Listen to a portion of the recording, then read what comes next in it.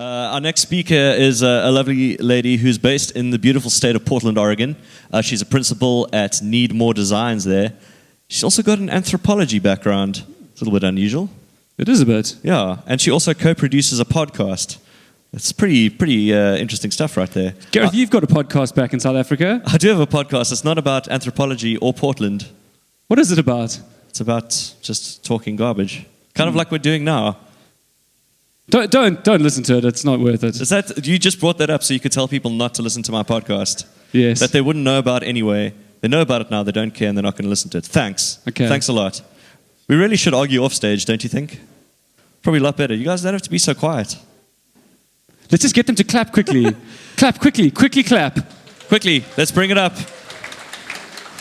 It's half-hearted. I like that. Yeah, I feel much better now. Let's do a slightly better job by bringing on our last speaker before the break. Please really put your hands together loudly in a loud noise way. A much louder and more energetic way that you just did now. Our next speaker is Kandace Brigleb.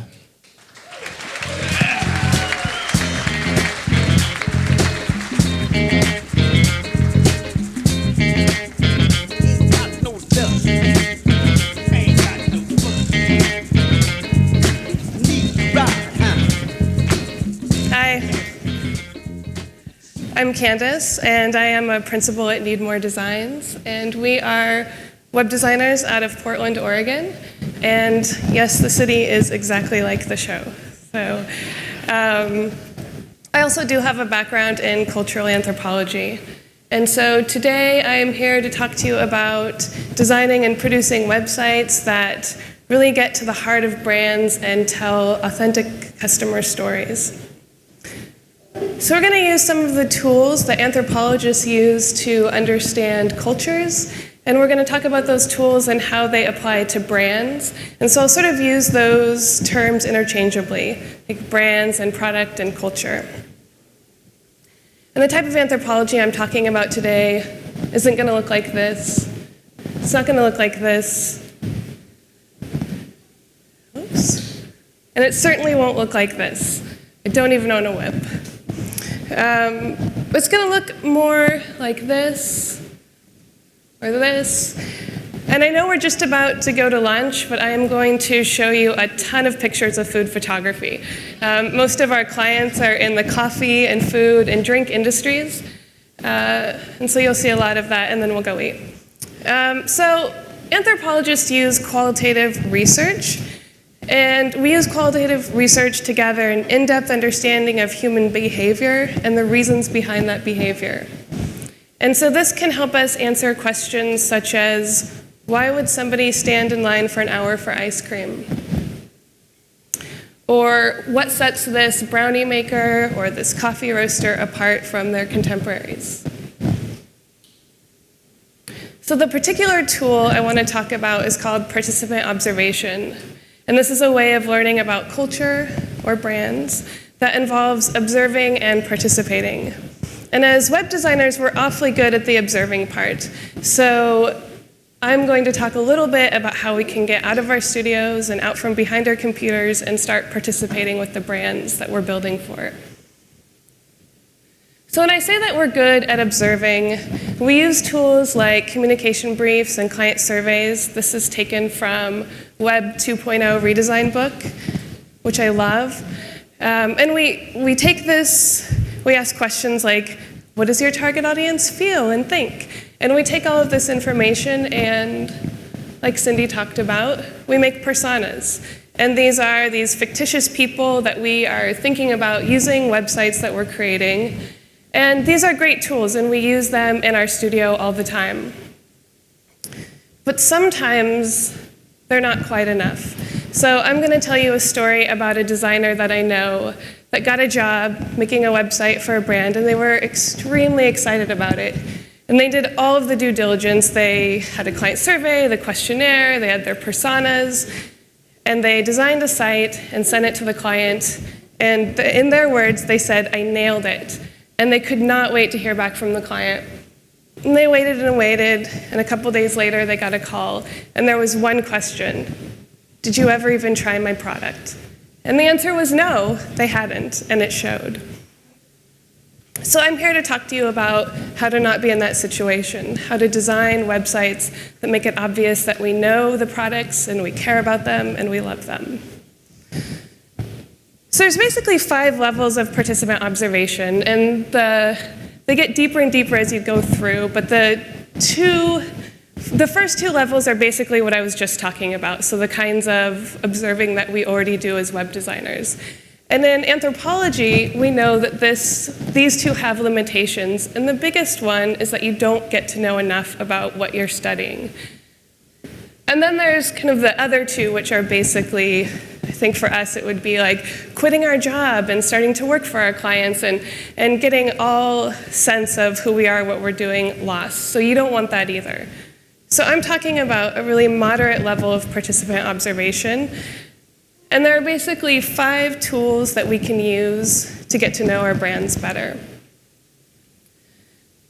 So the first tool I'm going to talk about is direct observation. And this is actually the easiest and probably the most fun. And it's just getting out there and interacting with the brand as much as you can. And so that can mean eat the food, drinking the drinks, wearing the suit if you're working with a suit maker.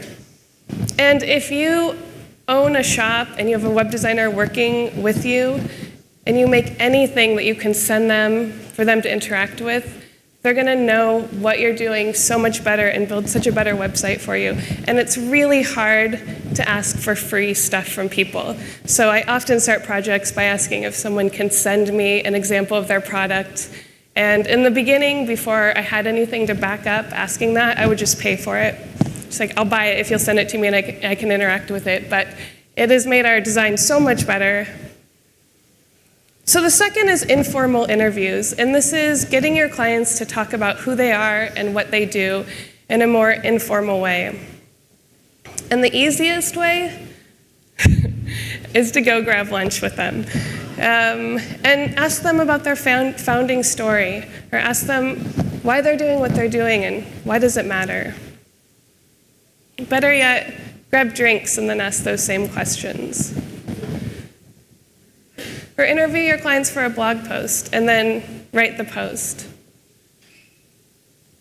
At Need More, we started a podcast. It's called The Job, and we interview makers and clients and potential clients in Portland, and we just ask them questions about who they are and what they do and what sets them apart.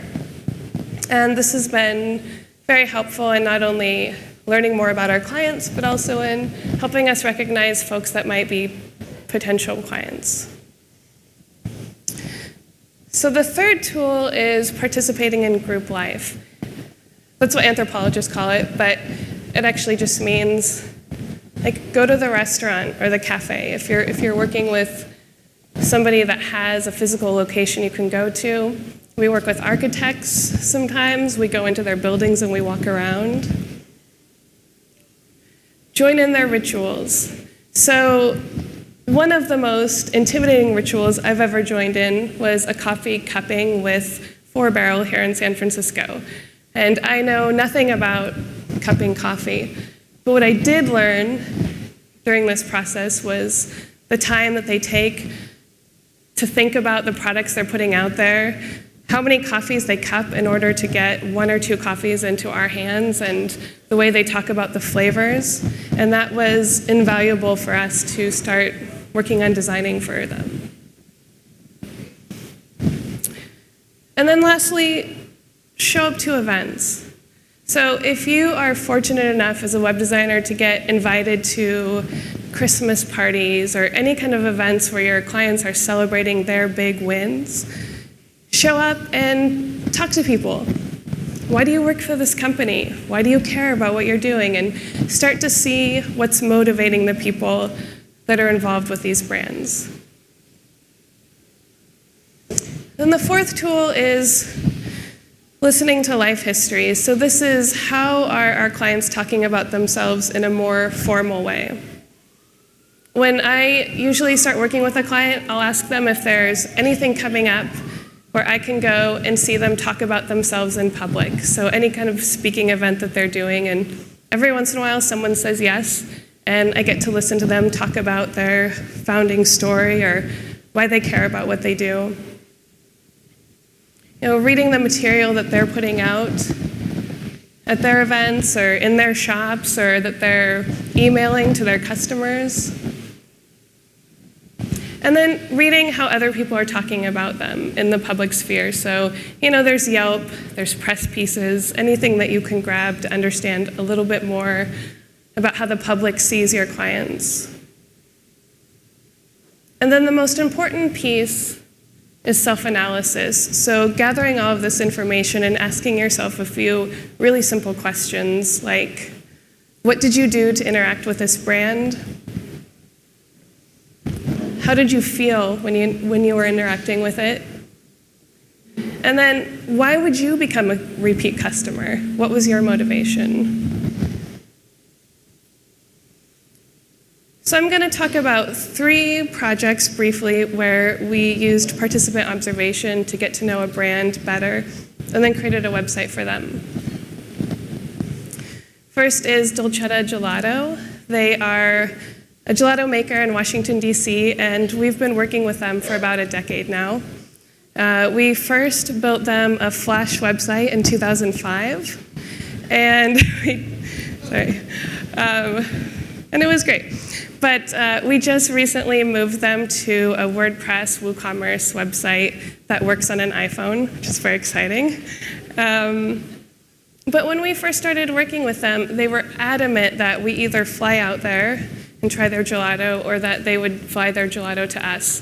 So they overnighted us gelato, and we brought a bunch of friends and family together, and we ate gelato, which was fantastic.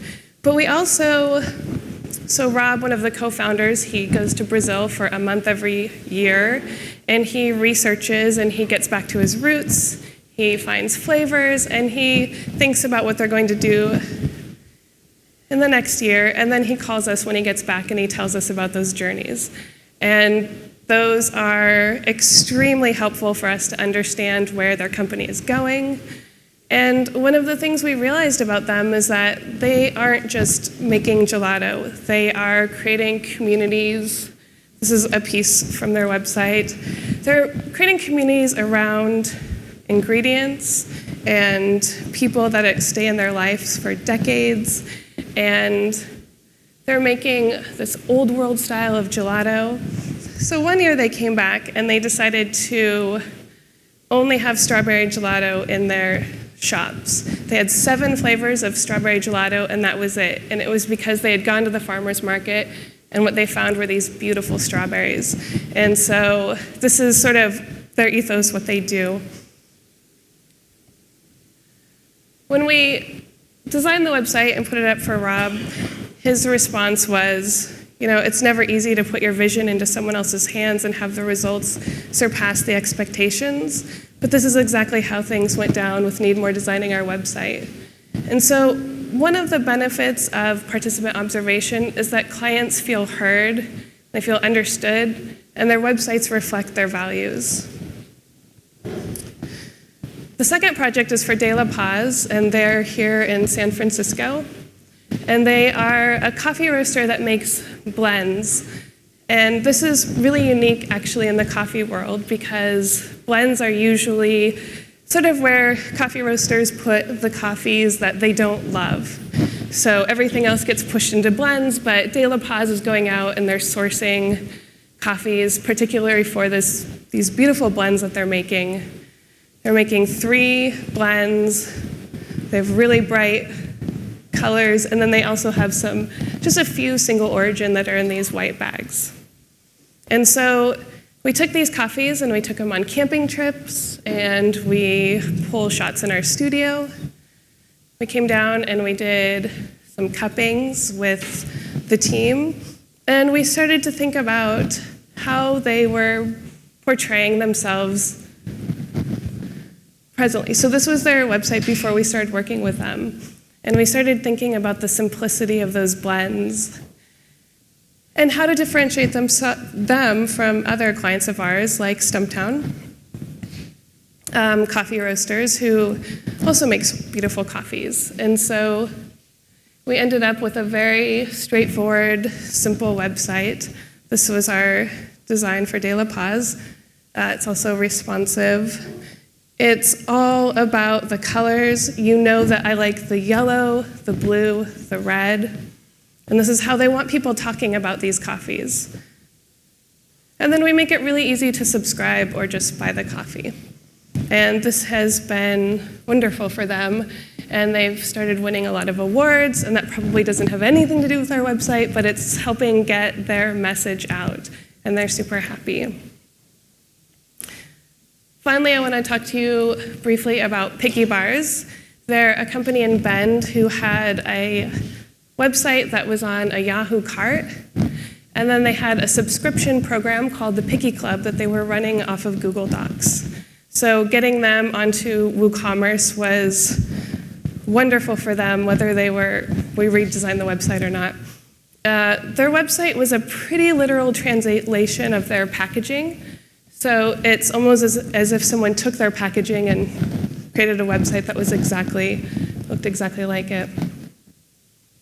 But when we started talking to people at Picky, we learned that there's something going on there. One of their first employees told me this story, and she had tears in her eyes as she was telling the story, but she talked about living in New York and watching one of the founders run a race. And the founder had hurt her leg, and so she knew that not only was she not going to win the race, but that she was going to be really lucky to just cross the finish line.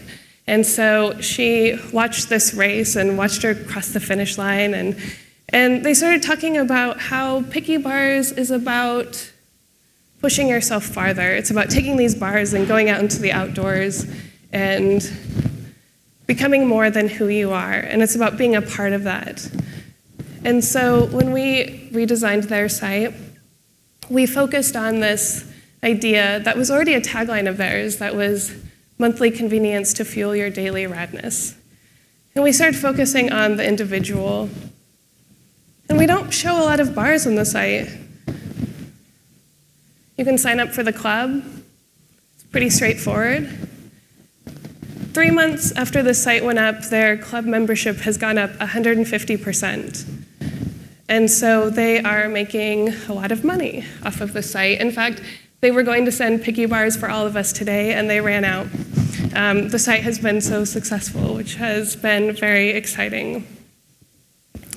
And club members are really happy too. So we get emails like this: I just rejoined the Picky Club last night. I was blown away by the new site.